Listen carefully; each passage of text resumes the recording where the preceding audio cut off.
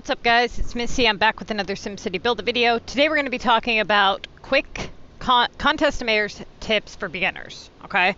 So a lot of you guys come to me and you're like brand new at the contest, and I have a lot of videos, a lot of them. And a lot of them that are super informative are like 6 months old or older. And so there's kind of some confusing stuff in there for some of you new players that are not familiar with the game. So you hear like the word streaks being talked about. That is something that actually is not in the game anymore. So you can ignore everything that I say when I say streaks, which actually is quite a bit. So I'm going to do my best to give you guys some updated content that will help some of you beginners and some of you advanced players or people that have been playing for a while. So the very first thing, tip number 1, do not get your hopes up with the contest mayor's chest here, because they almost always give you garbage. And I wanted y'all here to witness the garbage giving. Wow! They actually gave me something decent. Maybe I should curse them out more often. I did that to my slot machine a couple times at the casino. I was like calling it a whore and stuff, man. It was paying me big money. Maybe that's the trick. Just cuss the game out constantly. Okay, so let's see. First tip. Oh wait, no, that would be second tip. When you were in the lower leagues, and this is extremely important for you beginner players, okay? When you hit level 11, you're going to unlock the contest of mayors, which is this tower here in the water, right? You're going to be given a number of assignments per league that you are in, okay? So it starts you out in neighborhood league. The top prize in the neighborhood league is right here at the bottom, 15,000 coins, okay? 3 gold keys, 2 gold tokens. If you are above the promotion line, you are going to get promoted into the next league the following week, right? That's how this works, okay? Once you have spent every week getting promoted, eventually you'll end up in the Mega League, the very top one.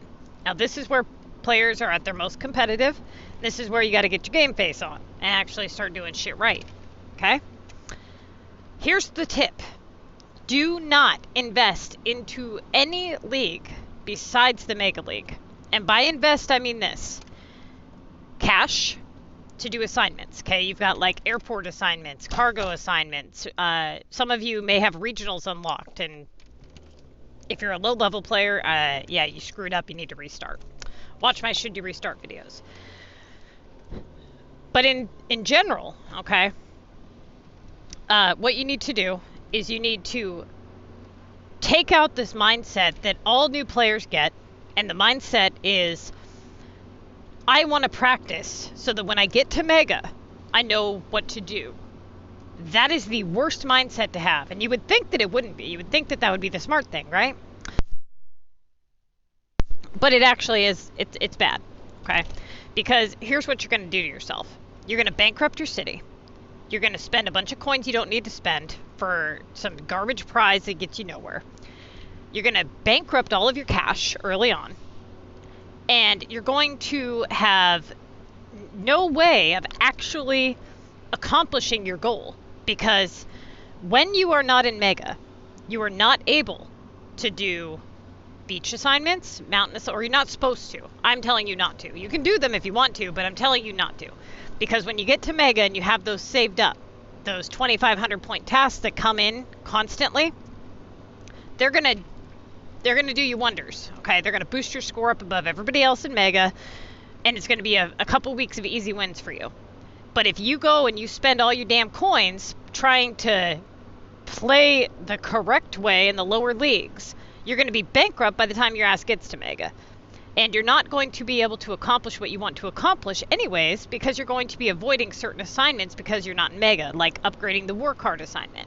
That is something you should save only for Mega. So really what you should do, the best way to go about this is this. Binge watch my videos, okay? Get as educated as you possibly can with the contest of mayors. Get your city in a good spot with coins, cash, shop slots unlocked, and when it comes to the actual learning of the contest of mayors, don't think that you can play like you're in Mega in the lower leagues. It doesn't work, okay? So get that out of your mind. You cannot do that to yourself. You'll screw yourself up big time. All right. The next tip is going to be your speed. So when you begin the contest of mayors, you need to move as quickly as possible. All right? You need to dominate that leaderboard. If people think they have a chance in winning, they're going to take it. And you really should try to finish all of your assignments within 2 days' time at the most. Okay? 3 is like pushing it. Anything more than 3, you might as well just fucking fire your damn self because you suck. Okay? Like, that's just ridiculous. It should not take you 5 days to get 75 assignments done. Now, okay, if you work and you got all these other things going on, fine. But if you actually want to play on a pro level, be successful, win every week, you got to do it this way, okay? You might be able to pull in a few wins if you have a city that's below level 50, 60 by half-assing it here and there. But overall, if you really want to win and you want to see your city progress, you need to be consistently playing every single week. You need to be doing it quickly because here's what's going to happen. If you don't move quickly, you're going to end up in a position where people think they can beat you, so your scores on your leaderboard are going to be more. You ever been playing and you look and you see like the top person has like 200,000 points in a day or two and you get discouraged and you just give up for that week? That's what you want to do to people. You want to be the discouraged. You don't want to be the discouraged, okay? You want to be the one that is discouraging others. You want to be that asshole at the top of that leaderboard. That's who you want to be, all right? If you drag your feet 5 damn days, you're not going to be at the top. I mean, you'll be at the top, and then last minute you're going to get sniped. That's what's going to happen, more than likely, okay? So, move quickly. The next benefit to moving quickly is you actually have some time to yourself and to make back coins. So this game has a really good way of taking up all of your time. And if you want to have a life outside of SimCity, you got to get this stuff done early on. Otherwise, you're just going to be on there constantly stressing. Your war's going to end, and you're not going to be able to do certain assignments. You're going to get factory tasks you can't do because you don't have time. Then you're going to be making decisions you wouldn't normally make because of the time crunch, which is on you because you didn't move quickly enough. So, the coin thing is a big one. Playing the contest of mayors is not cheap, not even by a long shot. It's very expensive. And you are basically devoting your time, your coins, and your cash to getting that top prize. If you exceed the amount that you are getting in return, you're doing something very wrong. Okay, you should not be spending 2,000 cash on the contest of mayors. Okay, the next thing. Contest of mayors prep for you beginners. So here's the thing, okay? Depending on what level you are, of course, you're going to want to prep your longest producing item in your factories. So if that's feed, then do feed, okay? If you're a high level and you have electrical unlocked, do electrical. Prep your factories the right way. You want to prep all the factories with whatever that item is, okay? You want to prep your shops. Now, this one is important, all right? So you're going to start with, hang on just a second here.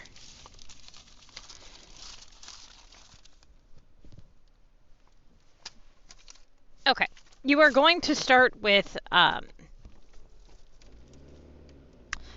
you've got profit, you've got useful, all right? And then you've got, God,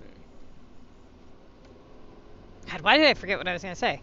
You've got what is beneficial when you make coins, and then you've got, what you can actually use for your inventory. And then you've got what you think you're going to get in the contest of mayors as far as assignments go, like the longest producing. So those are the 3 reasons why you prep items, starting with the longest to produce, okay? So, for example, let's say you have beef unlocked, and it takes 2 hours. You can prep that first, like the day before your prep, right? And that way it's all ready for pickup.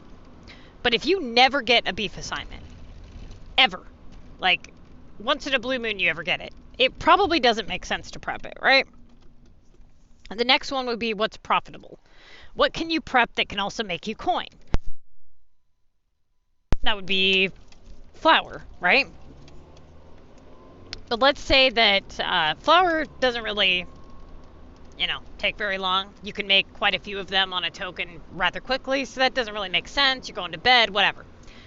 The next one would be what can you make that it would also benefit you for your inventory, like items that are hard to obtain. So obviously making something like veggies is quick, something you can easily get, something you can easily make on a token. Probably not a good thing to prep, right?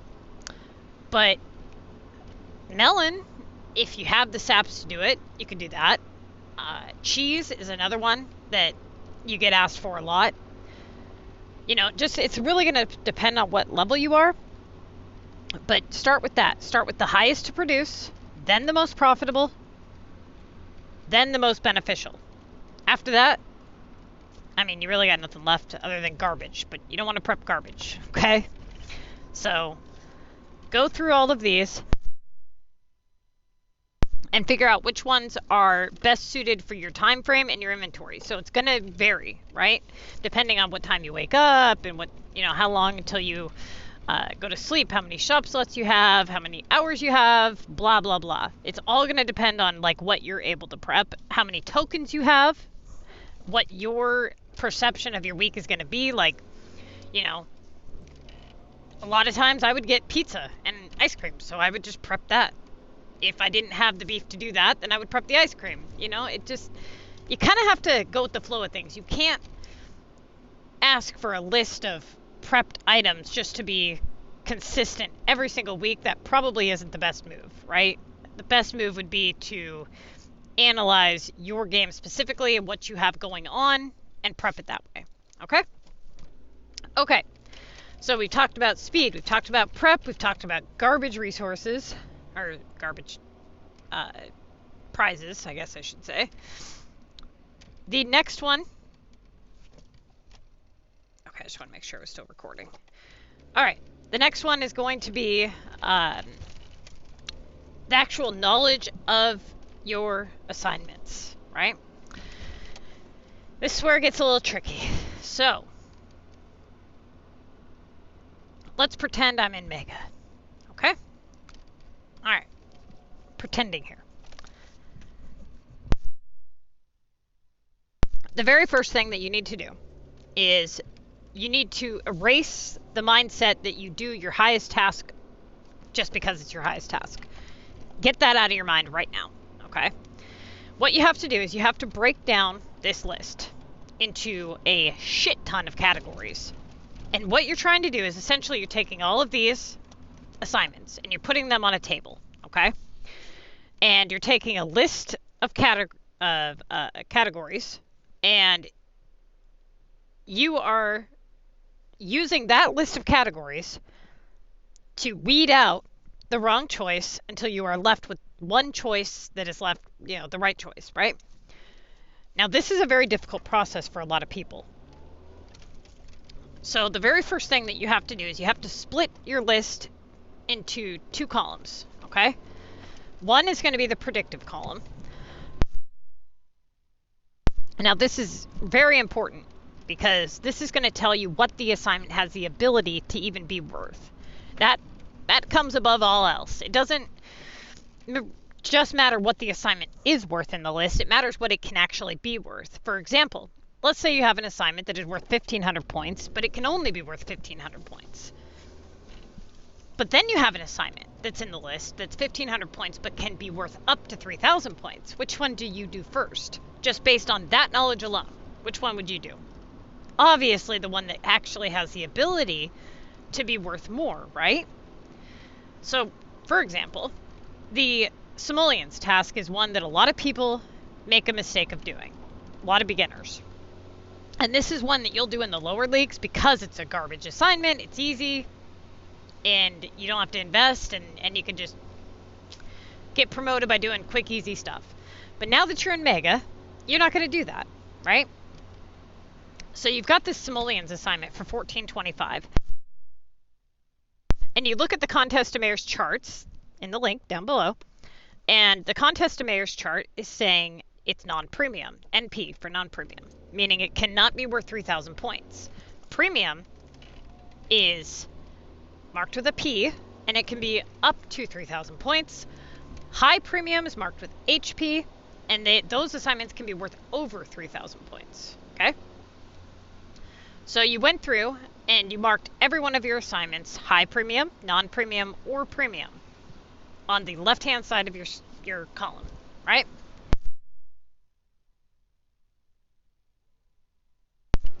Okay, now, the second thing that you need to do is you need to move to the current status column, which is going to be the right side of your column here. And you're going to mark it with its current status on your actual list. So remember we were talking about how we had two 1,500 point assignments. One can be worth 3,000, one cannot. Both of those assignments are still in the list for what I call rotatable value. So mark it with an R. Main task value is 2,000 points or higher. Now a main task and a rotatable task are completely different. Main task assignments hold your average at the steady 2,000. So in order to win, like essentially you have what can be the highest score on the leaderboard, right? Within reason, of course, because now we have city journal tasks that can boost up your score, and we've got these milestones that are a little unpredictable, but in general, there is a range. There's always been a range of points that you can earn.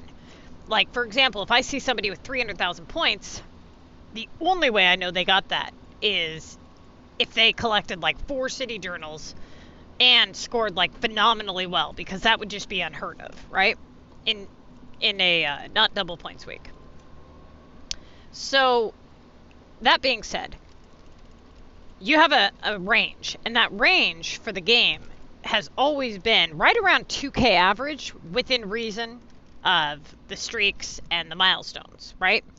But on the assignments themselves, you want to aim for a 2K average, okay? That means that the main tasks hold that 2K average. Those are the ones that you want to do or prioritize first. Not necessarily do first, but prioritize first. So if we have a 2,000 point launch VU assignment, that is a premium assignment. It can be worth 3,000 points. And we have a 2,000 shop production assignment. Let's just say that. Let's just say chairs, even though that one can't be worth 2,000. Let's just say it is.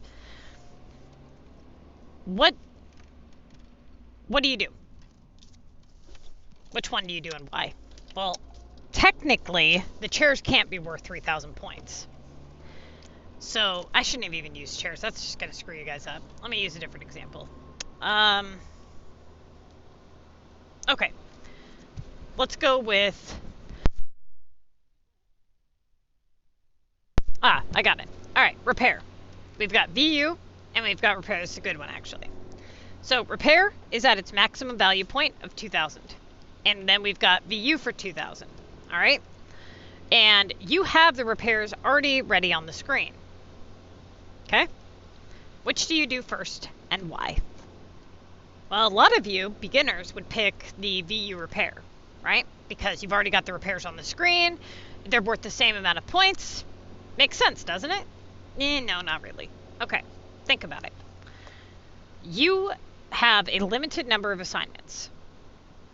And you have to score the most you can within that limited number of assignments.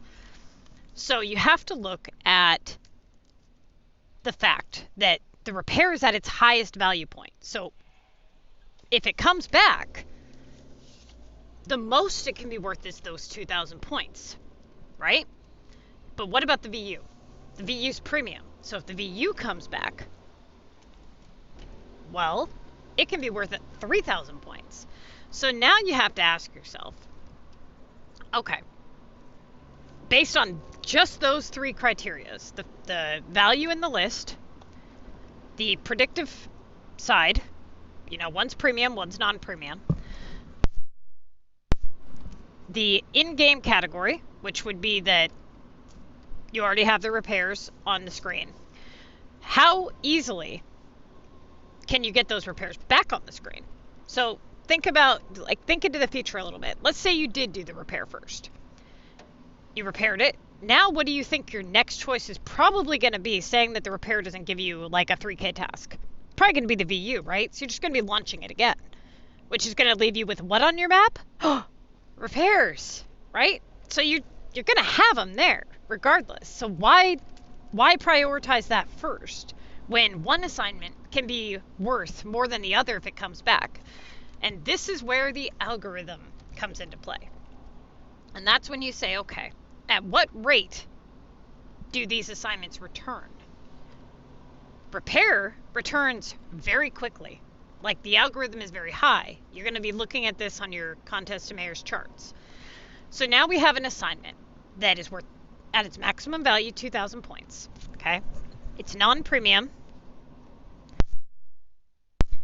It's convenient for you, but still totally able to be done if you do the other one first. There's no downtime associated with it. It's not going to hinder you in any way. It's not going to cause you like an 8-hour downtime during active war. And the algorithm is very high. So the odds of the repair coming back for 2,000 points is very slim. And the chances of that repair coming back is very high. So why would we prioritize the repair over the VU when the VU is worth the same amount of points, is just as convenient, and actually has the ability to be worth 3,000 points if it returns? You would go with the VU. Okay? So you have to look at everything. The game category, the history. Now, here's the next part.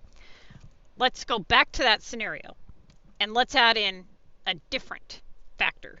Let's say that the VU came in for 2,000 points, but it's associated with a bad doorway. And every time that you've done this VU assignment this week, it's been for 1,000 points. So the history of that assignment is bad. And the repair has come back like 4 times, and it's always been 2,000 points, and it's associated with a good doorway. Now which one is the correct choice? The repair, right? So all of these contributing factors are going to change the way you choose your assignments. Now, a lot of people are very confused by what a doorway actually is. Not really sure why. Maybe I just don't explain it properly, but I'm going to try my best to explain it, okay? When I complete this assignment here, okay, let's just say this is doorway number 1. We're going to pretend for a minute that this is my VU doorway, okay? I start the assignment.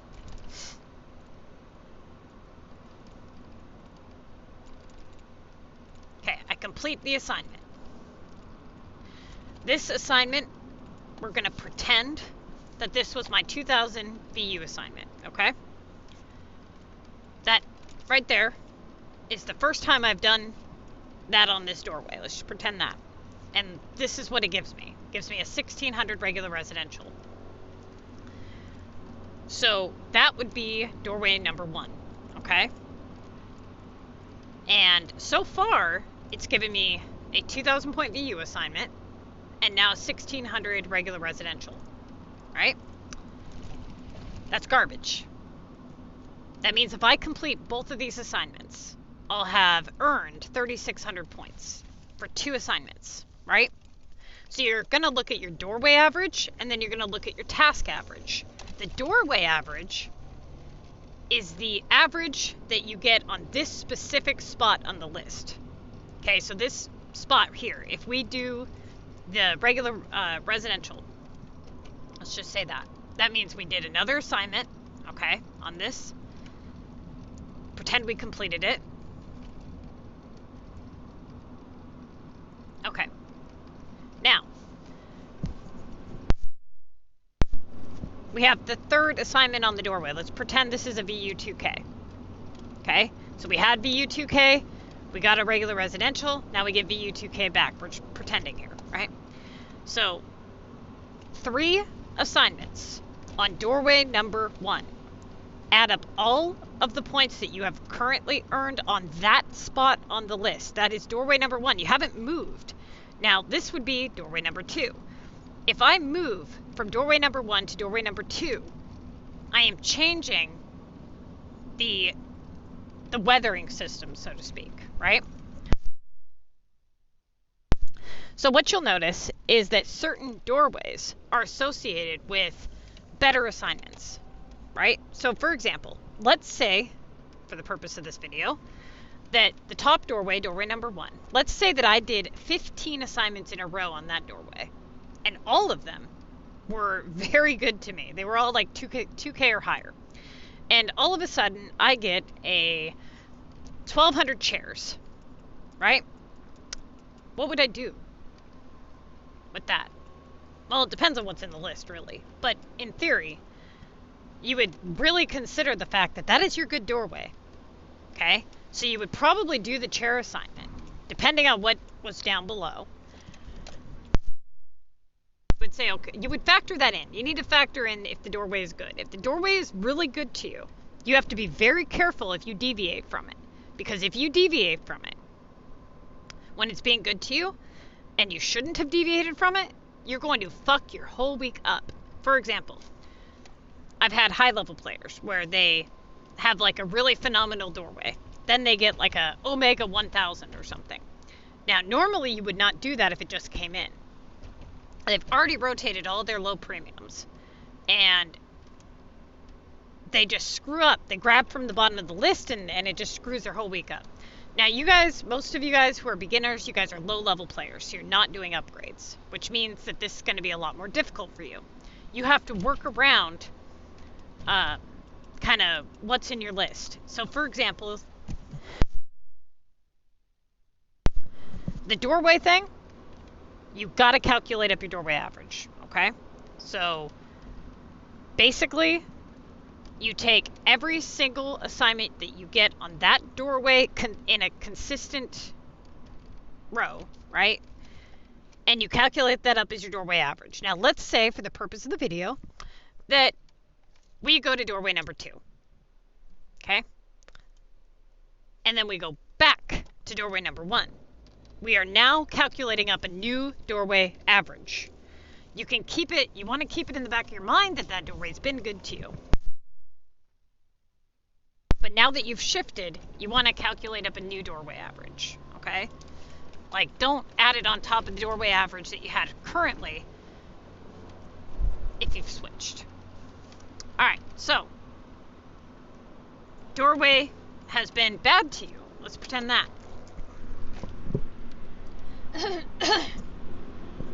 Alright, every doorway that you've done so far has just been bad. You need to find the good one.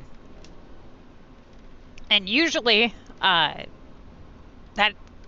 is a hard thing to do for low-level players, because high-level players, it's super easy. Okay, they do their main tasks. Once all the main tasks are gone, they do their highest premiums. Those bring in more main tasks. Once they're left with all non-premiums, they do their highest non-premium with lowest algorithm. That is how high-level players play. Low-level players don't have it so easy. Low-level players can't do upgrades. And once they start rolling in, it can be very difficult to make them stop, right? Now, here's the next catch. Within this entire list, you have to also label what you can actually do and what you can't do. If you can't do upgrades, you can't do them, right? It's like if you're camping, you can't do upgrades. So you have to mark it no touch or no touch cancel if it's at the value in which you would benefit from canceling it. So there are two reasons why you would cancel an assignment. One reason is that it is taking up a value spot on the list that is hindering the ability to get more good valued assignments. For example, let's say you have 3 upgrades in the list, all 3,000 points or higher. The odds of the game giving you all 3K tasks are slim to none, right? In fact, none. So the more 3K assignments that you have you can't do, the less 3K assignments you get that you can do. Now, what you don't want to do is you don't want to cancel like a crazy person, all, you know, who gives a shit? Oh, cancel, cancel, cancel, if they keep rolling back in, right? Usually upgrades come in waves. So right after you get one, you don't want to cancel one. You want to roll them all in, get them all rolled in, and then cancel the ones that are the highest in value and the least value possibility to come back and bite you in the ass. For example, a Latin upgrade can be worth up to 3,600 points. If you have a regular residential, that can be worth up to 2,400 points, and a Latin upgrade at 2,400 points. Which one do you cancel? The regular residential, because it can't come back for 3,600. If you cancel the Latin and it comes back for 3,600, you can screw yourself, right? So you got to look at the risk, and risk is the next thing, all right, that you have to look at with every assignment. It's super, super important. What are the pros of you completing said assignment, and what are the cons? So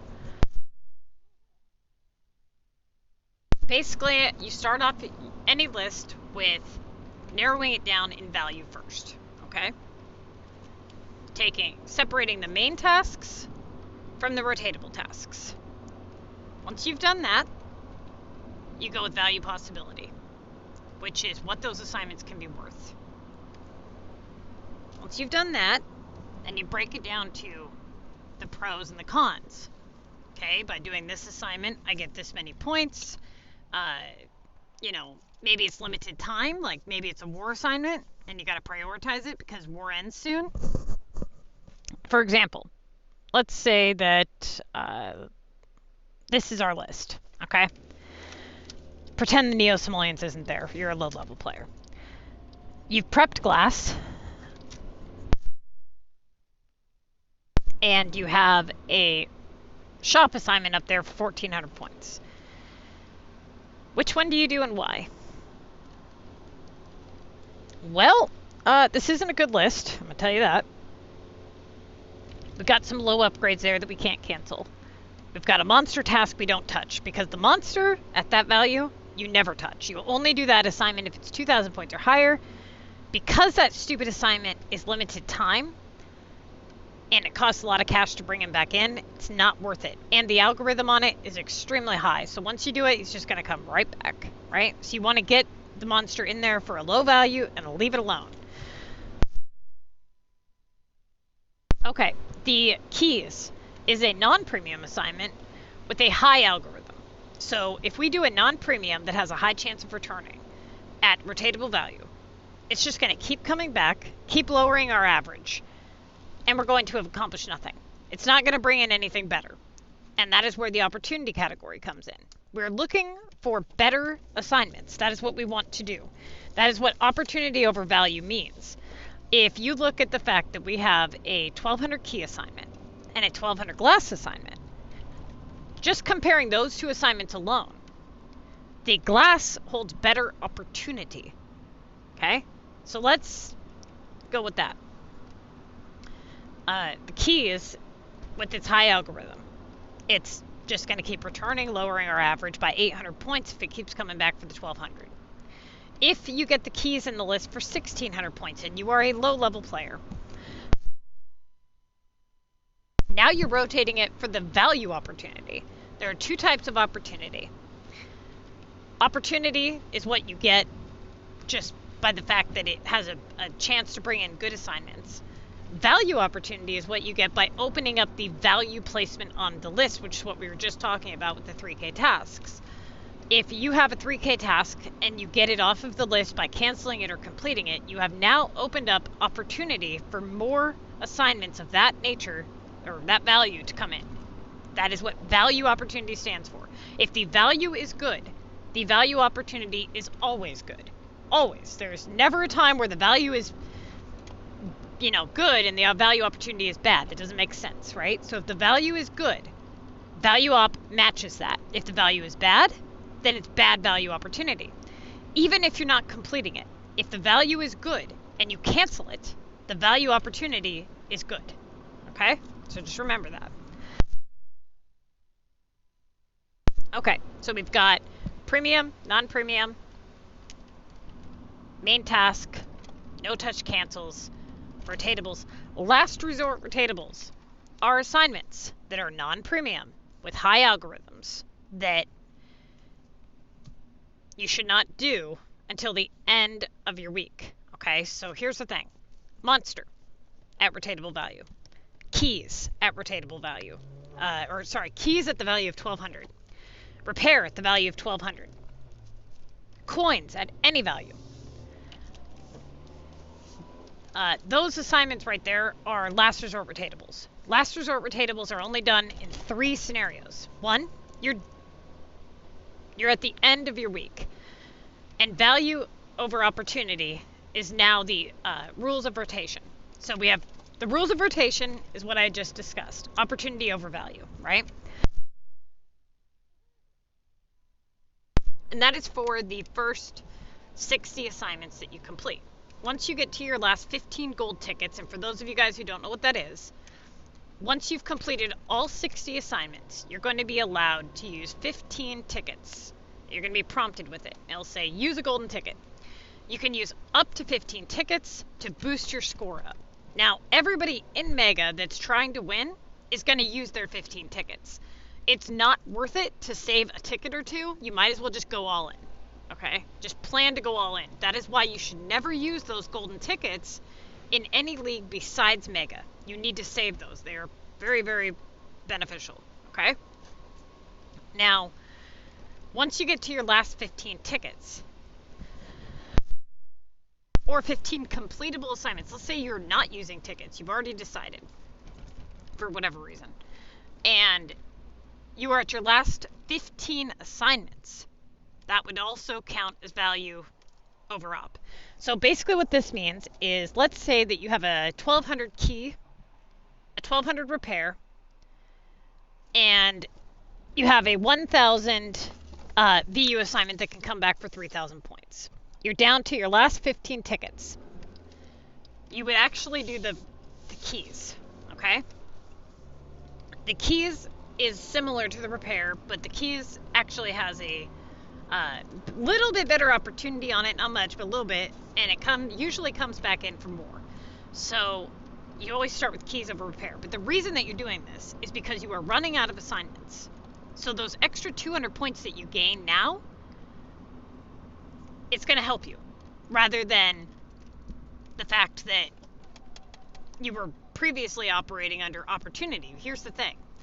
Opportunity only is beneficial to you if you actually have assignments to complete. If you're running out of assignments, anyways, it doesn't matter, right? So let's pretend that it's your very last assignment.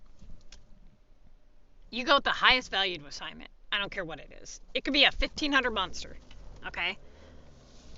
You could have a 1300 chairs with better opportunity. Well, who cares? It's your last assignment. Just bank in those extra 200 points and call it a day, okay? So the next thing is going to be, so the rules of rotation is value over opportunity for your last 15 completable assignments, or last 15 tickets.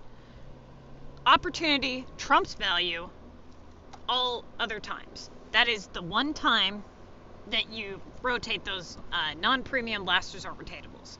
The second scenario in which you would rotate these is if you suspect that there is a good doorway attached to it. So for example, let's say that you have been rotating stuff around and you realize that the last good doorway, or one of your starting doorways, is covered by one of these last resort rotatable assignments. Keys, repair, coins, monster, whatever.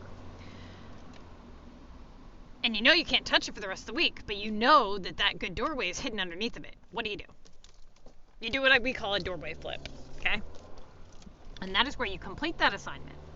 And then no matter what it gives you, you complete an assignment with good opportunity to flip that assignment to that doorway. For example, let's say that the microwaves assignment is a good opportunity assignment. So it has a low algorithm, meaning it's not going to come back right away, okay? And my good doorway is the keys doorway. and I want to open this doorway up, I have to have somewhere to put those keys because they're going to keep coming back, remember, with the high algorithm? If I do the keys, open up my good doorway, and then it just covers it back up with the keys, I'm going to lower my average each time I do the keys. I have to put the keys somewhere else. If I put the keys on the repair doorway, the repair also comes back at a high rate. So that'll just mean that the repair will be covering the keys doorway. Can't do that either.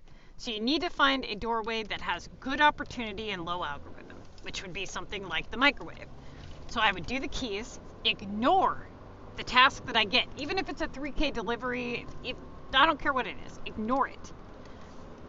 And then immediately do up to 3 rotations on a different doorway, okay? So let's say I do microwaves and I get planks, and then I do planks and I get, I don't know, a VU assignment. I've now done 3 assignments trying to get this keys back, and it hasn't come back. I then go back to the keys doorway, continue on with that doorway, see how long until the keys returns. If the keys returns right away, attempt to flip the doorway one more time. If the keys doesn't return right away, just keep proceeding on with your good doorway and call it a day, okay? Just be careful that, you don't lower your average by trying to flip the damn doorway too many times. The third scenario in which you would do a last resort rotatable is if you are in reverse rotation. Now, reverse rotation is a nightmare, okay? Basically, what this is when every assignment in your list is garbage, and every assignment that you complete and get in return is also garbage. So, for example, you'll probably be running about a 1K average when this happens, and no matter what you do, there is no right choice, there's no wrong choice, the game is just giving you trash. Now, we've tested this, and it appears as though everybody in your leaderboard will also be having this issue. Now, there are 2 types of reverse rotation. There is self-induced reverse rotation, and then there is just the game-induced reverse rotation. So self-induced means that you fucked your week up. You rotated it in such a way where all your good doorways are covered, and now your list is just screwed. And now you have to go back through your screenshots and figure out where the good doorway is. The not self-induced reverse rotation is when no good doorway even exists, okay? And the game is just being an asshole to you. This usually happens about 1 week out of each pass. And here's the funny thing. It happens to everybody in your leaderboard, and everybody gets discouraged, and they fucking quit, okay? And this has always driven me up the wall, right? Because these weeks are going to happen, and you shouldn't forfeit a win just because you're getting a garbage score. But I'm telling you, man, the way that people perceive their list is super weird sometimes.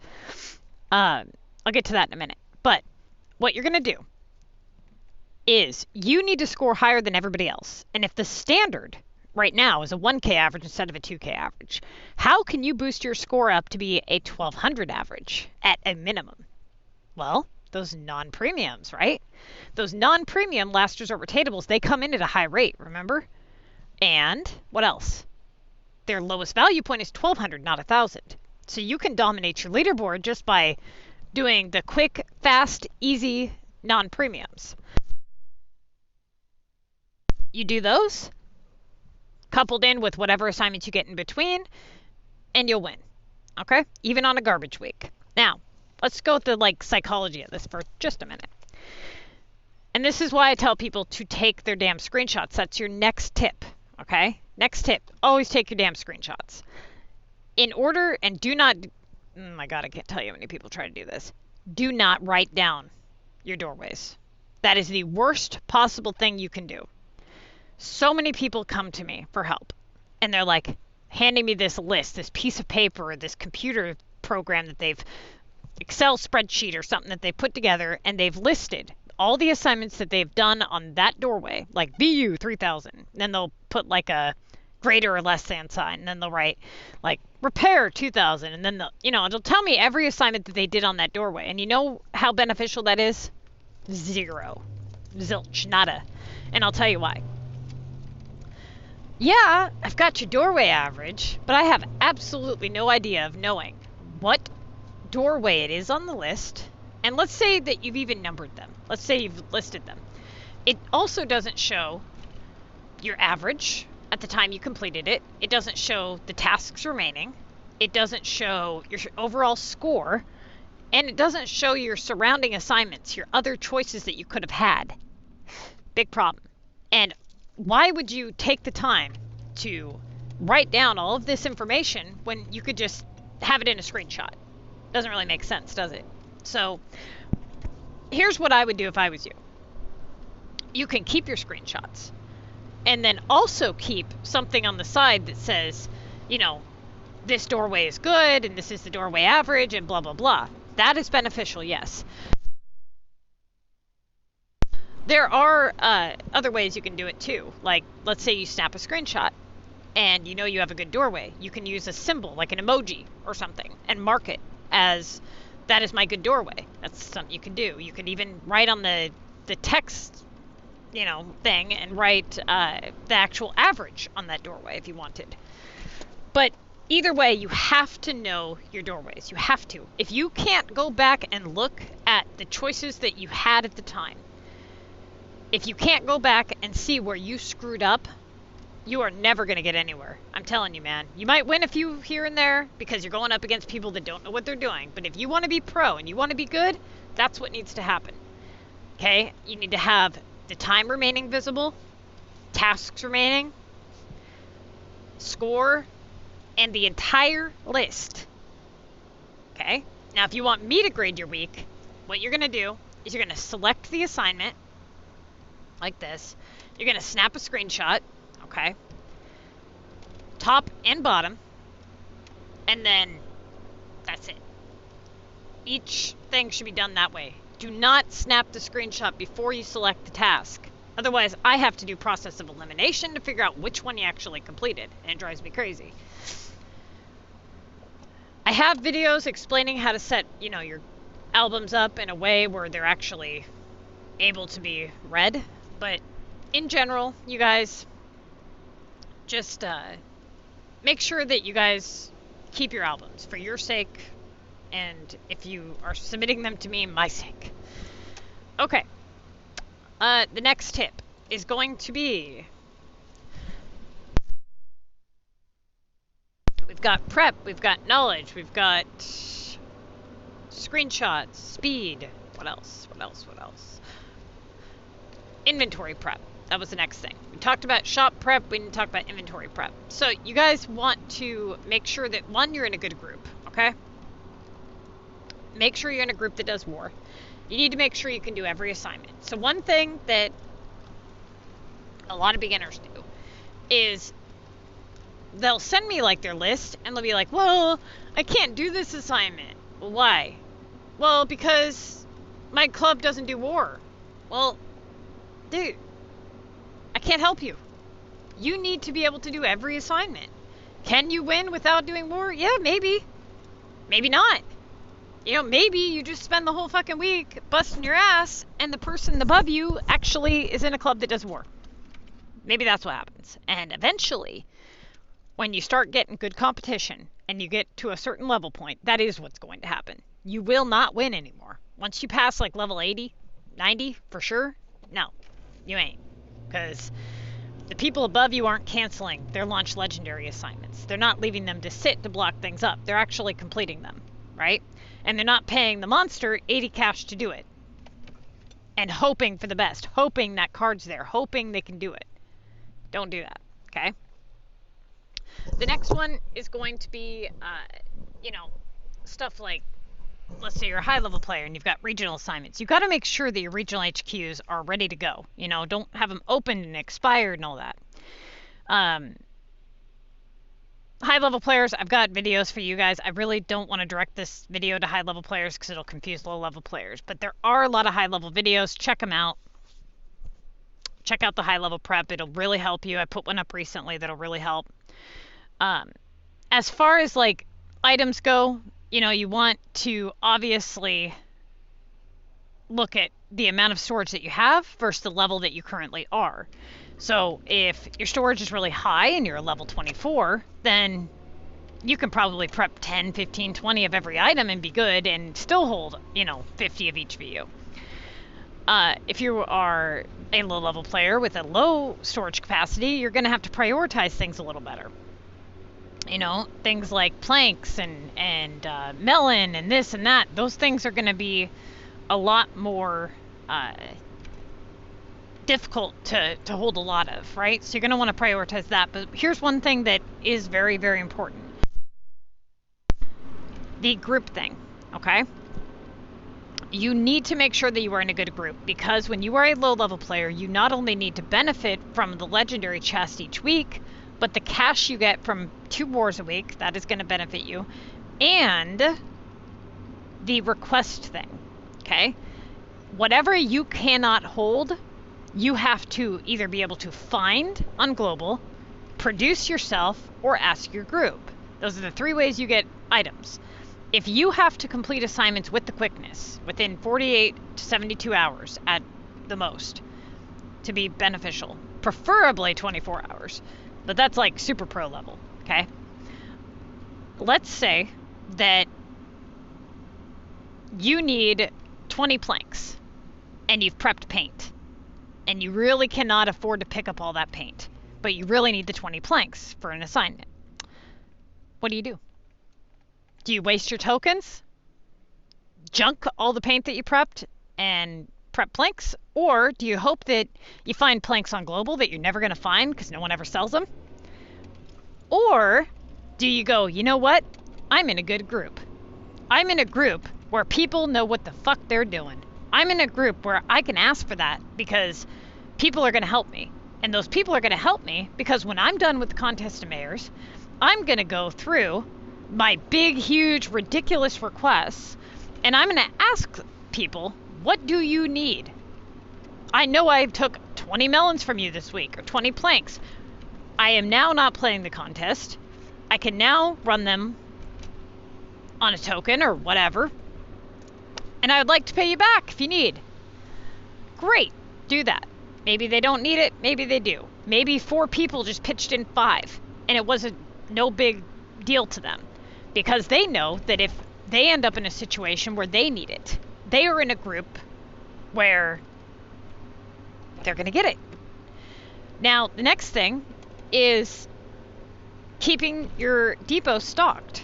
If everybody within your group keeps their depot stocked with good items, if everybody, when they're out on global searching for rares, if they buy planks when they don't need them and post them for sale in their depots for people who do need them, it's going to be a lot more beneficial and people are going to get shit done a lot more quickly. Now, if you are surrounded by idiots, if you are in a group of people who are not successful, who are not productive in any way, who are never online, who never help but only ask, what do you think is going to happen? How do you think that group's going to function? Like garbage, okay? You need to surround yourself by winners if you want to be a winner. Sleep with a dog and you get fleas, all right? That's why we are so strict on the people that we take into our group, because one bad apple will poison the whole bucket. One person can really come in and strain on the group, and if you look at how you are conducting yourself within a group, and you multiply how you conduct yourself by those 24 other members, and you ask yourself, what would the group be like if there was 24 of me in this group, and it isn't a good thing, then you're doing something wrong. If you're just silent and only asking for stuff when you need it, that's not a good way to be a team player. And you really need a team in this game to be successful, okay? It's going to make it a lot easier. Yeah, you can run feeder cities if you have a bunch of devices and whatnot, but that's a lot of extra work, and not a lot of people want to do that. It is not required that you have a feeder city to be successful in the contest, okay? So that was the next tip, is that, yeah, you can run a feeder city, but you don't need to. You can do it without it, as long as you have a good group. All right? I think that pretty much sums up today's beginner's video, because I've been talking forever. But what I want you guys to know is that I don't think like a beginner, all right? I try really hard to break it down as to what I would think like if I was just starting to play. But I need your guys' help to explain to me what confuses you the most. Like, what questions do you have for me? What about the contest of mayors confuses you? And, you know, what videos would you like me to make? Because if I can get the mindset of a beginner, I can better help you. But when I have the mindset that I have, it's really hard for me to kind of think like a beginner. I'm trying, all right? But I really could use your guys' help, so put it in the comments section, hit me up on Facebook, video requests, insight, input, questions, whatever. Put it down there. If I see anything that I think other people will benefit from, I'll make a video. I usually always make a video upon request, you know, or like when people request it, I always do it, like within the first day. So, like I said, if you have a video request, put it out there, okay?